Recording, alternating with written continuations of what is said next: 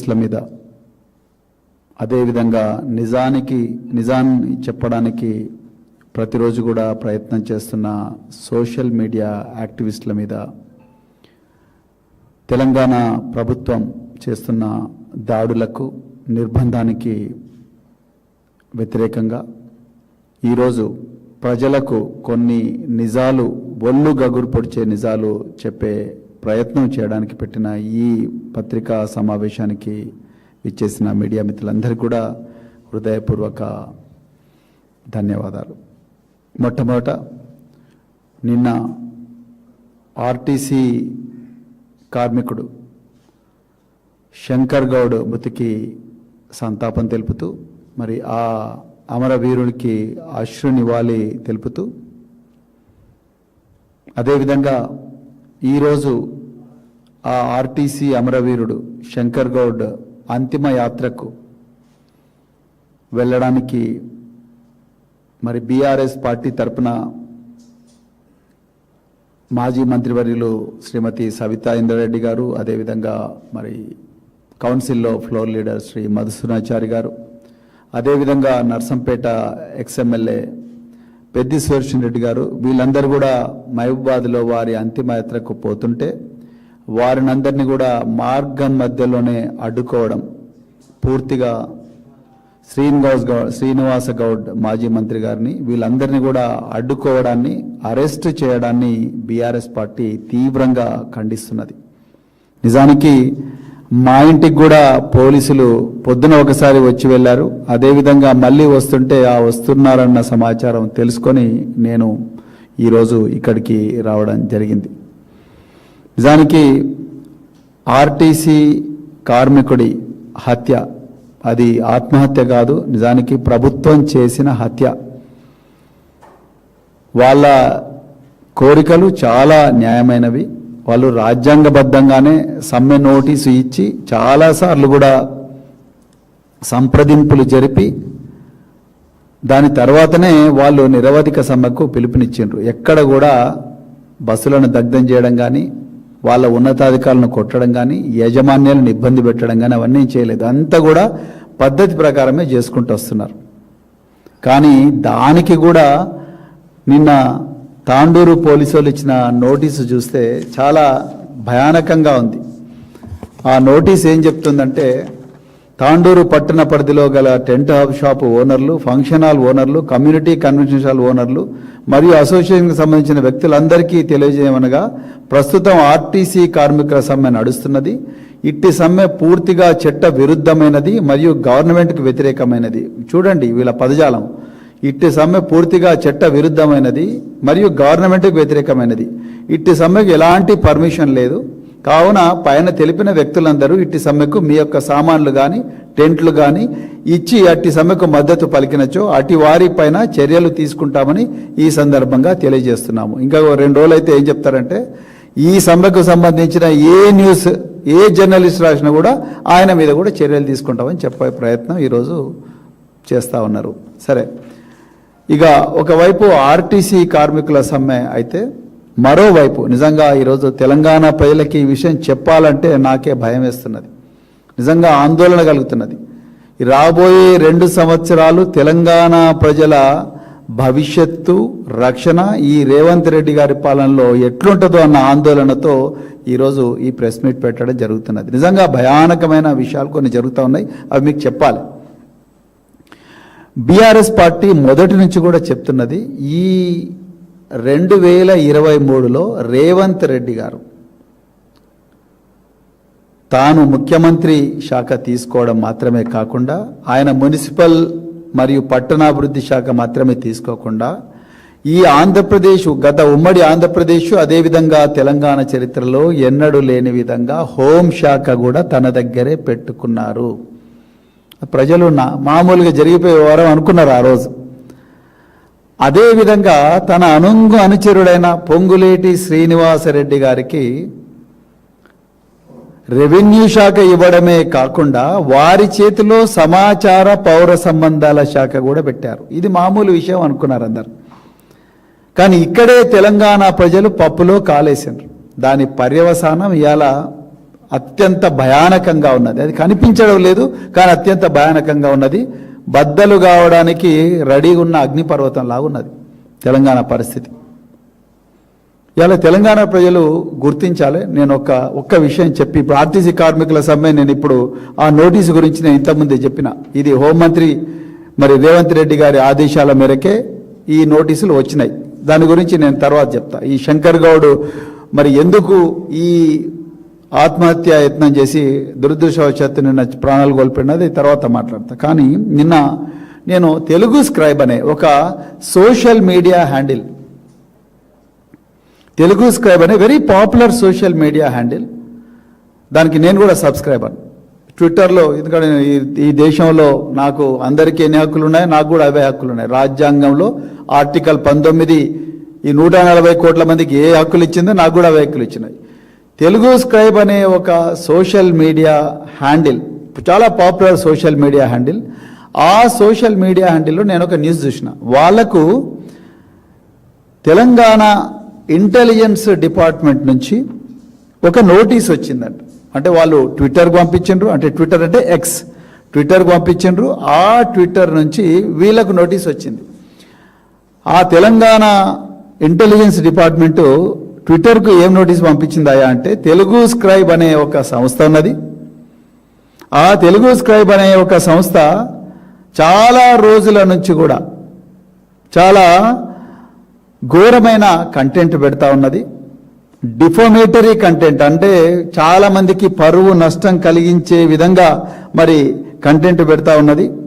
అదేవిధంగా మరి వీళ్ళ పెడుతున్న న్యూస్ వల్ల, ఈ తెలుగు స్క్రైబ్ అనే ఒక న్యూస్ అవుట్లెట్ పెడుతున్న న్యూస్ వల్ల ఈ రాష్ట్రంలో పెద్ద ఎత్తున కూడా మత కల్లోలాలు, లేకపోతే కుల కల్లోలాలు, లేకపోతే పెద్ద ఎత్తున కూడా అశాంతి, అభద్రత వచ్చే పరిస్థితి ఉన్నది.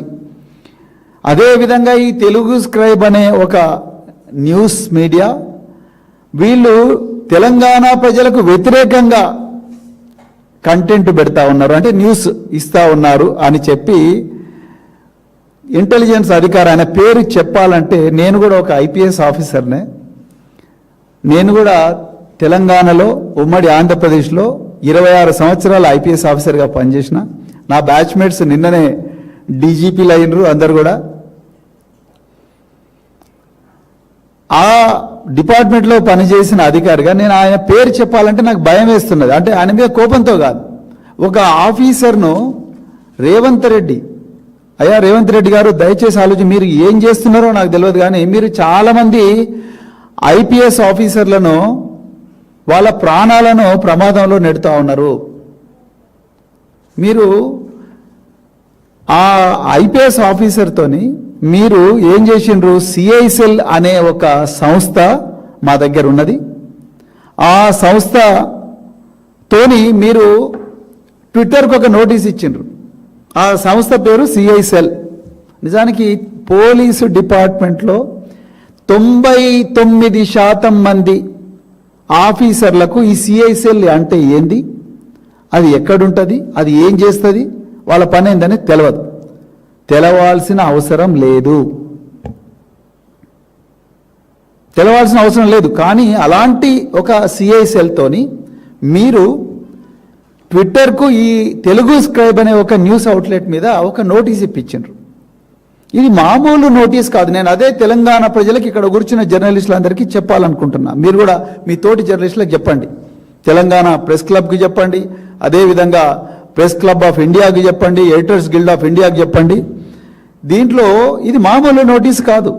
ఇది 94 బిఎన్ఎస్ఎస్ కింద మాత్రమే కాదు, భారతీయ నాగరిక సురక్షా సంహిత మాత్రమే కాదు, ఇది అత్యంత క్రూరమైన the draconian unlawful activities prevention act 1967 మరియు అమెండ్మెంట్ 2008 యాక్ట్. అంటే ఏందయ్యా అంటే, యాంటీ టెర్రర్ లా అని ఇండియాలో ఏదైతే ఉన్నదో, ఆనాడు మేము చిన్నగా ఉన్నప్పుడు టాడా ఉండే, దాని తర్వాత పోటా వచ్చింది, ఇప్పుడు మన తరానికి UAPA unlawful activities prevention act 2008. ఈ మధ్యకాలంలో 2019లో దాన్ని మరింతగా మాడిఫై చేశారు. ఇప్పుడున్న ఎన్డీఏ ప్రభుత్వం. ఇది కేవలం టెర్రరిస్టుల మీద మాత్రమే పెట్టే చట్టం. దయచేసి అందరూ గుర్తుపెట్టుకోవాలి. ఆనాడు ముంబై నగరం మీద కసబ్ మరియు 10 మంది తీవ్రవాదులు పాకిస్తాన్ నుండి వచ్చి ముంబైలో దాడులు చేసి దాదాపుగా 400 మందిని చంపితే ఆనాడు పెట్టిన ఒక ఎక్స్పర్ట్ కమిటీ దీన్ని మాడిఫై చేయాలి. 1967లో వచ్చిన ఈ చట్టాన్ని మాడిఫై చేసి దేశంలో ప్రజల భద్రత, ప్రజల ధన మాన ప్రాణాలను కాపాడాలి, ఈ దేశ సార్వభౌమాధికారాన్ని కాపాడాలి. To save the integrity, internal security and sovereignty of this nation called India. ఈ చట్టం వచ్చింది. ఈ 1967 నుంచి 2008లో మళ్ళీ దీన్ని మాడిఫై చేసిండ్రు, 2019లో మళ్ళీ మాడిఫై చేసిండ్రు. చాలా ఎక్కువ పవర్స్ పోలీస్ ఆఫీసర్కి ఈ దేశంలో ఏది చట్టం మీద వచ్చిందో కేవలం ఆ యుఏపీఏ ద్వారానే వచ్చినాయి. అలాంటి ఒక చట్టాన్ని, టెర్రరిస్టుల మీద మాత్రమే ప్రయోగించే చట్టాన్ని ఈరోజు జర్నలిస్టుల మీద ప్రయోగించాలనే కుట్ర తెలంగాణలో రేవంత్ రెడ్డి గారు చేస్తున్నారు. నేను ఇంత చరిత్ర మీకు ఎందుకు చెప్పినా అంటే, రేపు ఇక్కడ కూర్చున్న జర్నలిస్టులు, ఇక్కడ కూర్చున్న కెమెరామెన్లు, వాళ్ళ కుటుంబాలు, మీ కుటుంబాలు అన్నీ కూడా ప్రమాదంలో పడతాయి. మీరు రాసి పెట్టుకోండి. నిజానికి తెలుగు స్క్రైబ్ అనే న్యూస్ లెట్ కన్నా ముందరే ఈ రేవంత్ రెడ్డి గారు ముఖ్యమంత్రి, హోంమంత్రిత్వ శాఖ తన దగ్గరే పెట్టుకొని, మరోవైపు పొంగిలేటి శ్రీనివాసరెడ్డి సమాచార పౌర సంబంధాల శాఖ తన దగ్గరే పెట్టుకొని, వీళ్ళు దాదాపుగా జర్నలిస్టుల మీద, సోషల్ మీడియా యాక్టివిస్టుల మీద 250 క్రిమినల్ కేసులు పెట్టిండ్రు. 1 కాదు 2 కాదు 250 క్రిమినల్ కేసులు. ఒక కొనతం దిలీప్ మీదనే, social media activist Konatham Dilip మీదనే దాదాపు 30 కేసులు ఉన్నాయి. ఆ 30 కేసులన్నీ కూడా నిర్మల్ జిల్లాలోనే ఉన్నాయి. నిర్మల్ జిల్లాలోనే అడవులు ఉన్నాయి. మీరు ఈ పాయింట్స్, మీరు డాట్స్ కనెక్ట్ చేసుకుంటేనే మీకు అర్థమవుతుంది. ఆయన ఉండేది హైదరాబాద్ గచ్చిబౌలి ఉంటాడు ఎక్కడో. ఆ కొనతం దిలీప్ మీద నిర్మల్ జిల్లాలోనే 30 కేసులు ఉన్నాయి. ఆయన అడవుల మధ్య నుంచి పోవాలి. అక్కడ రకరకాల పోలీస్ స్టేషన్స్ ఉంటాయి. మామ్డా అని, లేకపోతే పెంబి అని, లేకపోతే నార్లాపురం, ఇంకా ఎన్నో దట్టమైన అడవులల్లో పోలీస్ స్టేషన్లు ఉంటాయి నిర్మల్ జిల్లాలో. మరి నిర్మల్ జిల్లాలోనే 30 కేసులు పెట్టిండ్రు. అదేవిధంగా ఈ తెలుగు స్క్రైబ్ మీద 70 కేసులు పెట్టిండ్రు. ఇక అవన్నీ తర్వాత ఈ కొనతం దిలీప్ మీద అయితే వ్యవస్థీకృత నేరం, అంటే ఆర్గనైజ్డ్ క్రైమ్, మాఫియాలు, డ్రగ్ లార్డ్స్ మీద పెట్టే కేసు ఈ కొనతం దిలీప్ మీద పెట్టిండ్రు. అదేవిధంగా సోషల్ మీడియా యాక్టివిస్టుల మీద SC/ST prevention of atrocities case పెట్టిండు. అయినా కూడా నిజంగా ఈ సంస్థలకు మొక్కాలే, వాళ్ళందరూ కూడా అయినా కూడా ఎన్ని కేసులున్నా పర్వాలేదు, తెలంగాణ ప్రజలకు నిజం చెప్పే ప్రయత్నమే వీళ్ళు చేసిండ్రు. ఇలా అన్లాఫుల్ యాక్టివిటీస్ ప్రివెన్షన్ యాక్ట్ అంటే యాంటీ టెర్రర్ లా, ఇండియాలో టెర్రరిస్టులకు వ్యతిరేకంగా ఉండే చట్టం. అది టెర్రరిస్టుల మీద, టెర్రరిస్టు సంస్థల మీద, టెర్రరిస్టులకు సమాచారం సేకరిస్తున్న వాళ్ళ మీద, సమాచారం చేరవేస్తున్న వాళ్ళ మీద, వాళ్ళకు ఫైనాన్స్ చేస్తున్న వాళ్ళ మీద పెట్టాలి కేసు. ఈ కేసులన్నీ వాళ్ళ మీద పెట్టాలి. కానీ ఈ ఇంటెలిజెన్స్ డిఐజీ గారు సిఐసిఎల్ పెట్టింది అందుకొరకు ఆనాడు ఉమ్మడి ఆంధ్రప్రదేశ్లో, తెలంగాణలో కూడా కంటిన్యూ చేశారు. మేము ఎవ్వరం కూడా ఇంతవరకు IPS ఆఫీసర్ ఉండి కూడా సిఐసిఎల్లోకి ఇంతవరకు మేము పోలే, మాకు తెలియదు అది ఎక్కడ ఉంటుందో కూడా. మరి అలాంటి సిఐసిఎల్ నుంచి నిజాలు ప్రజలకు చేరవేస్తున్న ఒక మీడియా సంస్థ మీద టెర్రరిస్ట్ ఆర్ట్ పెట్టే కుట్ర ఎట్లా చేస్తారో ఇలా రేవంత్ రెడ్డి గారు మీరే చెప్పాలి. నిజానికి ఒకసారి తెలంగాణ ప్రజలకు నేను చెప్పాలి, ఈ తెలుగు స్క్రైబ్ అనే ఒక మీడియా సంస్థ వాళ్ళు ఇస్తున్న న్యూస్ మీరు చూస్తే పరిశాన్ అయితే టెర్రరిస్టా కాదా అనేది మీరే డిసైడ్ చేయాలి తెలంగాణ ప్రజలు. ఈ తెలుగు స్క్రైబ్ అనే ఈ సంస్థ వీళ్ళు ఇది పుష్ప కాదు, కాంగ్రెస్ ప్రభుత్వం చేస్తున్న ఇసుక దందా, రేవంత్ రెడ్డి రాజ్యాంగంలో ఎక్కడ లేని విధంగా 24 గంటల ఇసుక మైనింగ్, మరి కాళేశ్వరం కూలిపోయింది అంటూ ప్రచారం చేస్తున్నారు. మేడిగడ్డ బ్యారేజ్ రిపేర్లు చేయడం లేదు, దానివల్ల అక్కడ ఉన్న ఇసుకను 832 కోట్ల రూపాయల టార్గెట్ రీచ్ కోసం వందలాది లారీలు పెట్టి ఇసుకను సరఫరా చేస్తున్నారని లైవ్గా వీడియోలు తీసి తెలంగాణ ప్రజలకు జరుగుతున్న దోపిడీ గురించి ఈ తెలుగు స్క్రైబ్ అనే మీడియా సంస్థ చెప్పింది. ఇది టెర్రరిజమా? ఒకసారి తెలంగాణ ప్రజలు గుర్తించాలి. మొట్టమొదటిది. ఇంకా రెండవది, Telugu scribe exclusive leak. Gandhi హాస్పిటల్లోనే ఒక్క నెలలోనే 48 మంది పసిపిల్లలను 14 మంది తల్లులను పొట్టన పెట్టుకున్న వైద్యుల నిర్లక్ష్యం. అధికారిక లెక్కల ప్రకారం ఒక్క ఆగస్టు నెలలో ఒక్క గాంధీ ఆసుపత్రిలో వైద్యుల నిర్లక్ష్యం మరియు పౌష్టికాహార లోపం కారణంగా గర్భంలో ఉన్న 14 మంది మహిళలు మరియు 48 మంది అప్పుడే పుట్టిన చిన్నపిల్లలు చనిపోయారు అని తెలంగాణ ప్రజలకు తెలుగు స్క్రైబ్ చెప్పే ప్రయత్నం చేసింది. ఇది టెర్రరిజమా? ఇది ఉగ్రవాదమా? ఇది తీవ్రవాదమా? రెండవది. మూడవది, తెలుగు స్క్రైబ్ ఎక్స్క్లూజివ్. యూరియా అక్రమ రవాణాపై సీక్రెట్ ఇన్వెస్టిగేషన్ ఆపరేషన్. వెలిమినేడులో యూరియా అక్రమ రవాణా దందా. నకిరేకల్ నియోజకవర్గం చిట్యాల మండలం వెలిమినేడులో PSCS అంటే ప్రాథమిక agriculture cooperative societies black market urea దందా. రైతులకు ఇవ్వవలసిన యూరియాను DEF యాడ్ బ్లూ అనే ప్రైవేట్ కంపెనీకి PSCS చైర్మన్ రఘుమారెడ్డి ఆదేశాలతో అక్రమంగా విక్రయిస్తున్నారని ఆరోపణలు. దీనిపై పూర్తి విచారణ జరిపి PSCS చైర్మన్ రఘుమారెడ్డిపై కఠిన చర్యలు తీసుకోవాలని డిమాండ్ చేసిన BRS మాజీ ఎమ్మెల్యే చిరుమర్తి లింగయ్య ఆధారాలతో సహా తెలుగు స్క్రైబ్ బయటపెట్టింది. ఇది టెర్రరిజమా? ఇది ఉగ్రవాదమా? ఇది తీవ్రవాదమా? ఇది వ్యవస్థీకృత నేరమా? మూడవది. నాలుగవది, Telugu scribe exclusive big breaking news. Hydraa పేరుతో కోట్ల రూపాయలు డిమాండ్ చేస్తూ బెదిరింపులకు పాల్పడుతున్న రేవంత్ అనుచరుడు. నేను అడిగినన్ని కోట్లు ఇవ్వకపోతే మీ ఇంటి మీదికి హైడ్రా పంపించి మొత్తం కూలగొట్టిస్తా అంటూ రేవంత్ రెడ్డి అనుచరుడు బెదిరింపులు. నా వెనక రేవంత్ రెడ్డి, మంత్రులు సీతక్క, శ్రీధర్ బాబు, దామోదర్ రాజ నరసింహ, PCC అధ్యక్షుడు మహేష్ గౌడ్, జగ్గారెడ్డి ఉన్నారు అని చెప్తున్నాడు. Telangana food corporation chairman, TPCC general secretary MA Faheem బెదిరింపులు తట్టుకోలేక లేఖ రాసిన అమీన్పూర్ వెల్ఫేర్ అసోసియేషన్. ఒకవైపు హైడ్రా పేరుతో డబ్బులు అడిగినా, బెదిరింపులకు పాల్పడినా కఠిన చర్యలు తీసుకుంటామని నీతులు చెప్తున్న హైడ్రా కమిషనర్. మరోవైపు స్వయంగా రేవంత్ రెడ్డి అనుచరుడు డబ్బులు అడుగుతూ ఇవ్వకపోతే మీ మీదకు హైడ్రా పంపుతానని మరి బెదిరింపులకు పాల్పడుతున్న చోద్యం చూస్తున్న హైడ్రా అధికారులని ఆధారాలతో సహా తెలుగు స్క్రైబ్ అనే న్యూస్ అవుట్లెట్ బయట పెట్టింది. ఇది టెర్రరిజమా? ఇది ఉగ్రవాదమా? నిజానికి ఇవాళ ఇంకొక విషయం నేను మర్చిపోయిన ముందరనే చెప్పడం. ఇవాళ మన్నె క్రిషాంక్ అని BRSలో సోషల్ మీడియా యాక్టివిస్ట్ కోఆర్డినేటర్, మనం ఇక్కడ మాట్లాడుతుండగానే కూకట్పల్లి పోలీసులు ఆయనను రాత్రి అక్రమంగా అరెస్ట్ చేసి ఇవాళ మేజిస్ట్రేట్ ముందర ప్రొడ్యూస్ చేస్తూ ఉన్నారు. ఆయన మీద, ఆయన భార్య మీద కూడా ఈ కాంగ్రెస్ వాళ్ళందరూ కూడా విపరీతంగా సోషల్ మీడియా వేదికగా దాడులు చేస్తూ ఉన్నారు. అంటే మీరు ఆలోచించండి, ఎంత మతి భ్రమించిన ముఖ్యమంత్రి ఏ విధంగా పోలీస్ వ్యవస్థను వాడుకుంటా ఉన్నాడు.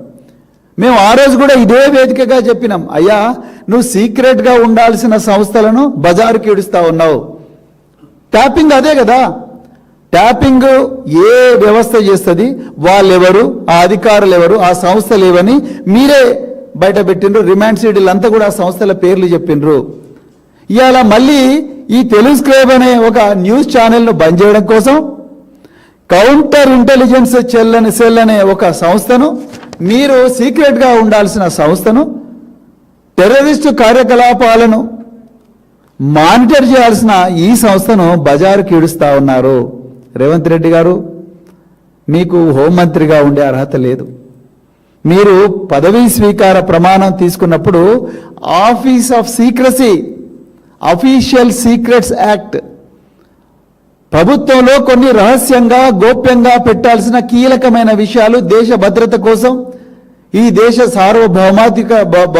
సార్వభౌమత్యం కోసం పెట్టాల్సిన విషయాలు ఉంటాయి. వాటిని అన్నింటిని కూడా సీక్రెట్గానే పెట్టాలి. కానీ మీరేం చేస్తున్నారండి? మీ దందాలన్నీ బయటికి తీసుకొస్తున్నందుకు, మీ అక్రమాలన్నీ వెలుగులోకి తీసుకొస్తున్నందుకు, మీ నుండి ప్రజలను ప్రతిరోజు కూడా కాపాడుతున్నందుకు మీరు సీక్రెట్గా ఉండాల్సిన సంస్థలను ఆ అధికారులను రోడ్డు మీదకి తీసుకొస్తున్నారు. ఎట్లా వీలవుతుంది? నిజానికి ఈ సందర్భంలోనే నేను తెలంగాణ ప్రజలకు ఒక కీలకమైన విషయం చెప్పాలనుకుంటున్నా. చాలా ముఖ్యమైన విషయం. 2026 ఏప్రిల్ 3వ తారీఖు నాడు ఇరాన్ అమెరికా మధ్యలో యుద్ధం జరుగుతుంటే ఇరాన్ అమెరికాకు చెందిన F-15 అనే ఒక యుద్ధ విమానాన్ని కూల్చేస్తే అందులో 2 పైలట్లు ఉంటారు. ఒక పైలట్ రక్షింపబడతాడు, ఇంకో పైలట్ పోయి ఇరాన్ భూభాగం మీద పడతాడు. ఆ ఇరాన్ భూభాగం మీద పడ్డ పైలట్ను రక్షించడం కోసం అమెరికాలో ఒక వార్ రూమ్ ఏర్పాటు చేస్తారు. అమెరికాలో మిలిటరీ ఉన్నతాధికారులు, అది ఏ డిపార్ట్మెంట్ ఎవరికి తెలియదు, కానీ ఒక వార్ రూమ్ ఏర్పాటు చేస్తారు. అమెరికాలో ఉండే మిలిటరీ అంతా కూడా డొనాల్డ్ ట్రంప్ కంట్రోల్లోనే ఉంటుంది. కానీ ఈరోజు తెలంగాణ ప్రజలు, భారత ప్రజలు గుర్తించాల్సిన విషయం ఏంటయ్యా అంటే, ఆ పైలట్ను రక్షించే ఆపరేషన్ ఏదైతే ఉందో, ఆ ఆపరేషన్ రూమ్ ఏదైతే ఉందో ఆ రూమ్ నుంచి డొనాల్డ్ ట్రంప్ను బయటికి పంపించేసిండ్రు మిలిటరీ ఉన్నతాధికారులు. మీకు అర్థమవుతుందా తెలంగాణ ప్రజలారా? పరిపక్వత ఉన్న ప్రొఫెషనల్ ఉన్నతాధికారులు అయితే వాళ్ళు ఏం చేస్తారంటే, అమెరికా అధ్యక్షుడు నువ్వు డొనాల్డ్ ట్రంప్ కావచ్చు, నువ్వు మా మిలిటరీకి బాస్ కావచ్చు, నువ్వు supreme commander of the armed forces కావచ్చు, కానీ మా ప్రొఫెషనల్ విషయాల్లో దయచేసి నువ్వు జోక్యం చేసుకోవద్దని డొనాల్డ్ ట్రంప్నే బయటకు పంపించిన మిలిటరీ అధికారులు బయటకు పంపించి వాళ్ళ సైనికుల్ని కాపాడుకున్నారు. ఇరాన్లో ఒక ఆపరేషన్ చేసి ప్రెసిడెంట్ బయటకు పంపించేసిండ్రు. అది నేను కాదు, నా సొంత కవితం కాదు, వాల్ స్ట్రీట్ జర్నల్ చెప్పింది, మొత్తం ప్రపంచం అంతా చూసింది. Donald Trump was sent out because he was not a professional. మరి రేవంత్ రెడ్డి గారిని మీరు ఎట్లా ఆలోచిస్తున్నారు? ఇంత కీలకమైన, సున్నితమైన, గోప్యంగా ఉండాల్సిన విషయాల్లోకి రేవంత్ రెడ్డి గారిని ఎట్లా ఆలోచిస్తూ ఉన్నారు? మీరు నేను ఇవాళ డీజీపీ గారిని అడుగుతా ఉన్నా, principal secretary, special chief secretary హోమ్ని అడుగుతా ఉన్నా. అసలు మీకు దేశ భద్రత మీద మీకు అవగాహన ఉంటే కదా మీరు ఈరోజు ఆ స్థాయికి డీజీపీకి పోయింది.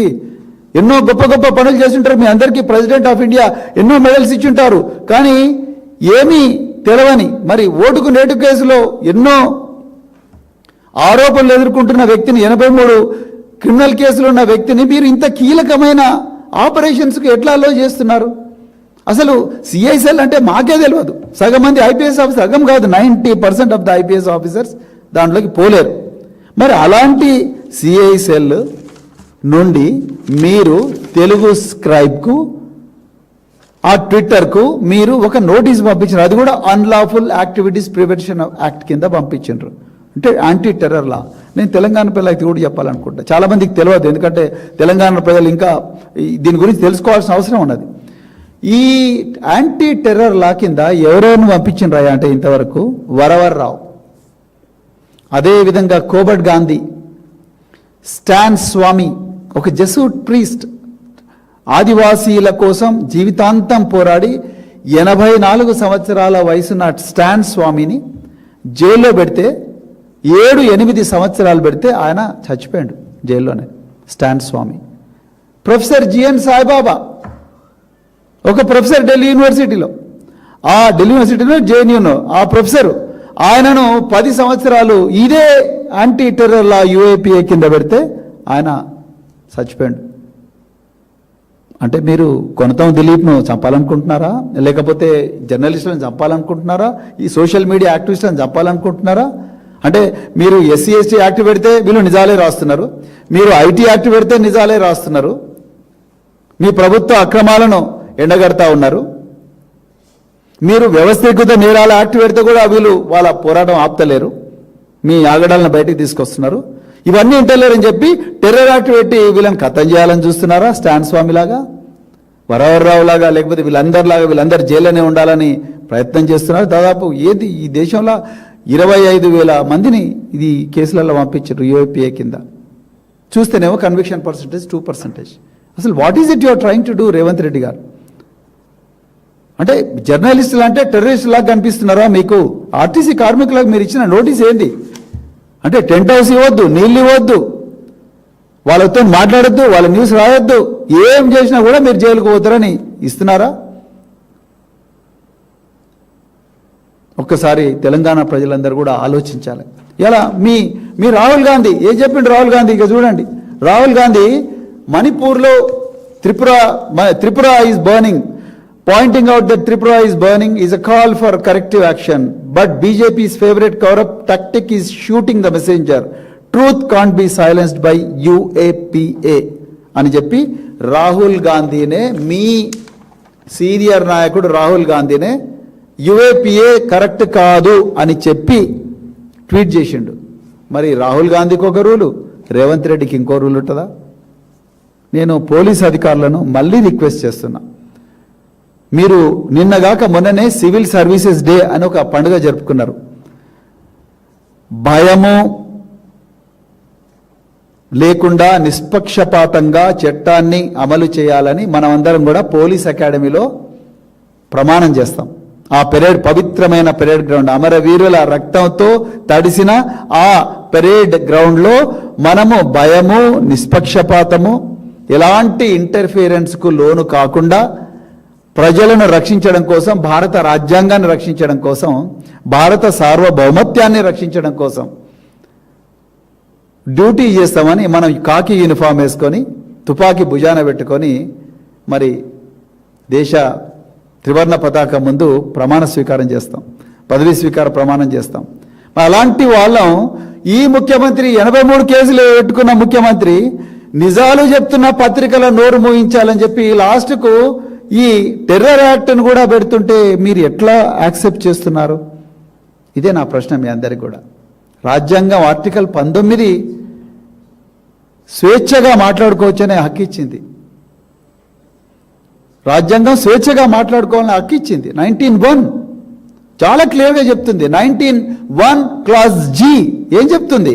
ఈ దేశంలో జర్నలిస్ట్ పని ఎవరైనా చేసుకోవచ్చు. జర్నలిస్టులు, ఈవెన్ టెర్రరిస్టులను కూడా ఇంటర్వ్యూ చేయొచ్చు, మావోయిస్టులు ఇంటర్వ్యూ చేయొచ్చు, తీవ్రవాదులు ఇంటర్వ్యూ చేయొచ్చు. వాళ్ళకి ఆ సోర్సు ఎక్కడి నుంచి వచ్చింది, వాళ్ళు ఎక్కడికి ఆ సమాచారం వచ్చింది, వాళ్ళు ఏ విధంగా ఇదంతా ఇన్వెస్టిగేషన్ చేశారు అనేది జర్నలిస్టులకే తెలవాలి, మిగతా వాళ్ళకి తెలియదు. నిజాన్ని నిర్భయంగా జర్నలిస్టులు చెప్పొచ్చు. మరి అలాంటి పత్రికల మీద మీరు టెర్రర్ యాక్ట్ పెట్టడం ఏంటి? దీని మీద ఒక్కసారి తెలంగాణ ప్రజలు ఆలోచించాలి. ఈ టాడా, ఈ UAPA అనేది ఒక్కసారి జైలుకు పోతే 8 సంవత్సరాలు 9 సంవత్సరాలకు కూడా బయటికి రారు జనాలు. ఎందుకంటే బెయిల్ అనే ప్రొవిజన్స్ చాలా కఠినతరంగా ఉంటాయి.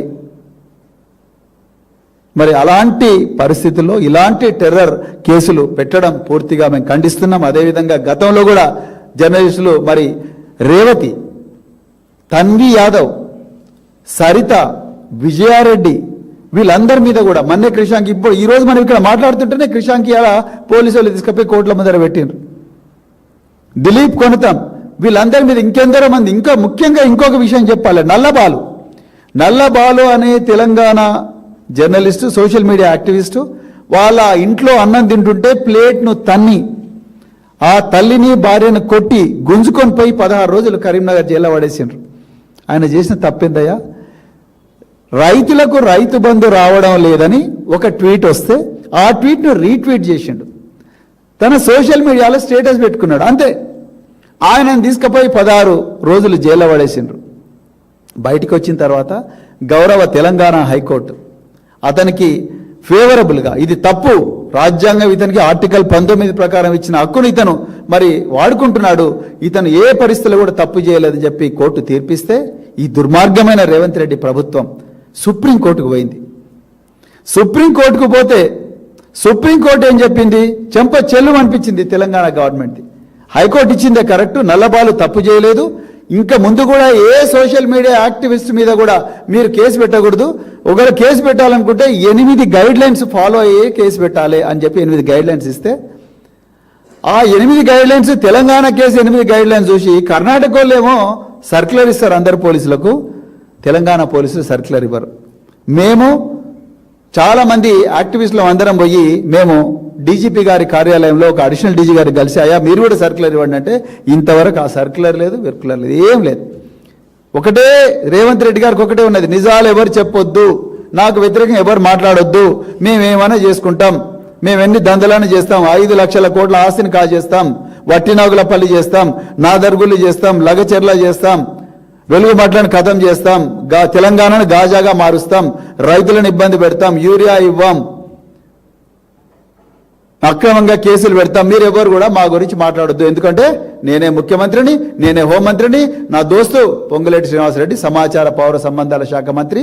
మీరు ఏం చేసినా నడవదు బిడ్డ, ఎక్కువ మాట్లాడితే జైలుకు పోతారు, లేకపోతే టెర్రరిస్టుల తీరుగా ఖతం అయిపోతారు అని చెప్పాలనుకుంటున్నారా? అందుకొరకే నేను తెలంగాణ ప్రజలందరికీ కూడా చేతులు జోడించి మళ్ళొకసారి చెప్తున్నా, ఇది చాలా తీవ్రమైన సమస్య. చాలా మన ప్రాణాలన్నీ కూడా ప్రమాదంలో పడ్డాయి. ఇది కేవలం ఒక తెలుగు స్క్రైబర్ న్యూస్ పేపర్ కాదు. రేపు ఈనాడుకు రావచ్చు, రేపు ఆంధ్రజ్యోతి రావచ్చు, నమస్తే తెలంగాణ రావచ్చు, లేకపోతే మీ తెలంగాణ టుడేకి రావచ్చు, టీ న్యూస్కి రావచ్చు, లేకపోతే ఇంకెవరికైనా ఇంకా సోషల్ మీడియా యాక్టివిస్టులు ఎవరికైనా రావచ్చు. ఈ పరిస్థితి రాకూడదంటే మనమందరం కూడా కలిసికట్టుగా పోరాడాల్సిన అవసరం ఉన్నది. న్యాయపరమైన పోరాటం చేయాల్సిన అవసరం ఉన్నది. ప్రజలందరినీ కూడా ఈ టెర్రరిస్టు చట్టాలను సామాన్య ప్రజల మీద కూడా ప్రయోగించే పరిస్థితి నుంచి తెలంగాణ బయటపడాలి. రాబోయే 2 సంవత్సరాలు ఇలా ఆర్టీసీ కార్మికుల మీద ఏ విధంగా అయితే క్రూరమైన పోలీసు నోటీసులు ఇచ్చి ఇలా శంకర్ గౌడ్ చావడానికి కారకులైనరో, మరి శంకర్ గౌడ్కు ఓదార్పునివ్వడానికి కోసం ఇవాళ పోతున్న మాజీ మంత్రులు బీఆర్ఎస్ నాయకులను రోడ్డు మీదనే పట్టపగలి ఆపి పోలీస్ స్టేషన్కు తీసుకుపోయినరో, ఇదంతా కూడా మరి రాబోయే రోజుల్లో ప్రమాదంలో పడబోతున్న మన జీవితాలకు సంకేతం. దయచేసి ఈ రోజు నుంచైనా మనం తెలంగాణ ప్రజలు ఇదంతా కూడా పెద్ద ఎత్తున రాజ్యాంగబద్ధంగా అడ్డుకోవాలని చెప్తూ మరొక్కసారి మరి ఇంత కీలకమైన సమస్యను తెలంగాణ ప్రజలు, కేవలం జర్నలిస్టులకు మాత్రమే కాదు, తెలంగాణ ప్రజలందరికీ కూడా మరి చెప్పడానికి మరి ప్రయత్నం చేస్తున్న జర్నలిస్టు మిత్రులందరికీ కూడా మరొక్కసారి ధన్యవాదాలు తెలుపుతూ మీ అందరికీ కూడా జై తెలంగాణ.